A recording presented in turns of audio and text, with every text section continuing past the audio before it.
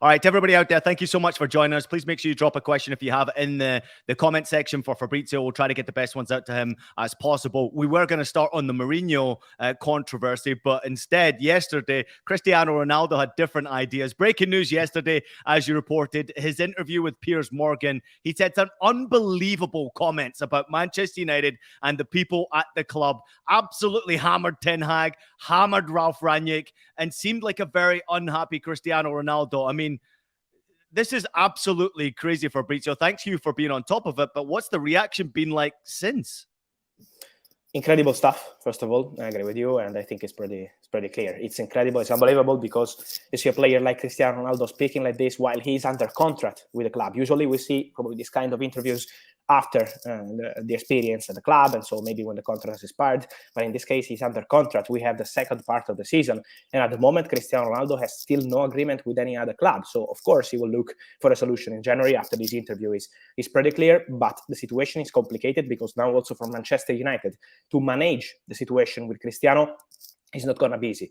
The interview was an absolute bomb. I think what he said, as you mentioned, about the manager, I have no respect for the manager is something really big, but also what he said about the club, the progress, zero evolution in the club was really, really strong. So the expectation internally Manchester United is to discuss between them today, tomorrow. So Erik Ten Hag, from what I'm told, is absolutely furious, and it's obvious also people into the club are absolutely not happy, disappointed by Cristiano Ronaldo, what he said, how he said things, in which moment now Manchester United, after winning at Fulham, they were prepared to have a good international break, long international World Cup break, but preparing the future with optimism, as Erik Ten Hag said right after the game.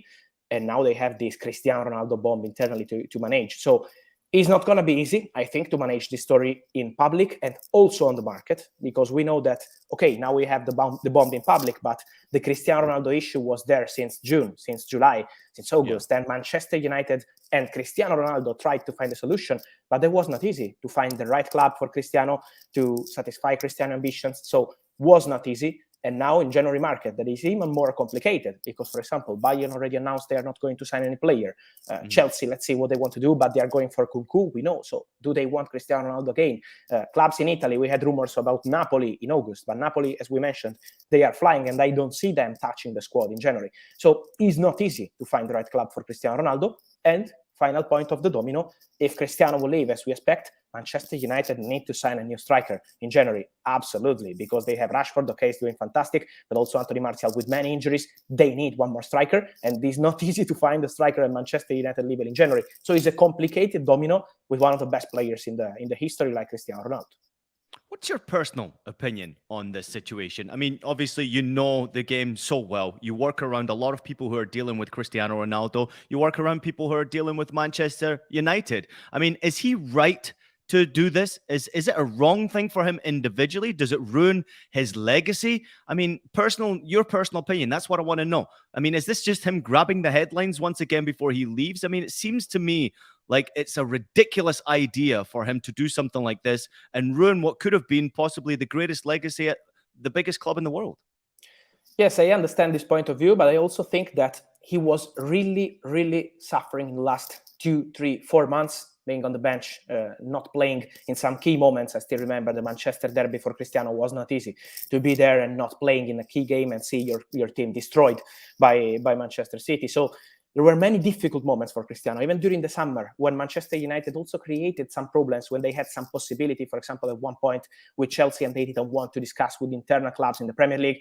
So, he was absolutely not happy with the whole situation, and it was not easy for Cristiano to wait to speak, because he wanted to say his points. He wanted to say the truth. He mentions the truth. And so he didn't want to wait, but he had to wait because it was not possible to do that during the season. Now, the feeling is that Cristiano did this interview because he knows that it's going to be the last interview as Manchester United player. So the expectation also, those close to Cristiano Ronaldo, is that in January he has to leave, he has to find a solution. And now for Manchester United, it will be almost impossible to keep him. So on a personal point of view, I think it's a pity to see Cristiano Ronaldo saying that kind of things about Manchester United. As you mentioned, their legacy has always been fantastic. What Cristiano did when Sir Alex Ferguson was there is something historical and would remain.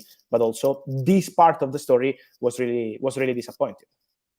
I still love Cristiano Ronaldo, Fab. I don't care Ah, me if too. he's done this or not. This guy's an absolute legend, and I appreciate him. Let's move on to more controversy because I was completely shocked to hear Jose Mourinho's post-game comments a few days ago. A player has betrayed his teammates with bad attitude with the comments coming from Mourinho. Rick Karsdorp has not only been pushed out of the squad now, he's been pushed out of Rome. I mean, please explain the situation a little bit more. This seems to be very Mourinho-like, but unusual to attack one of your players.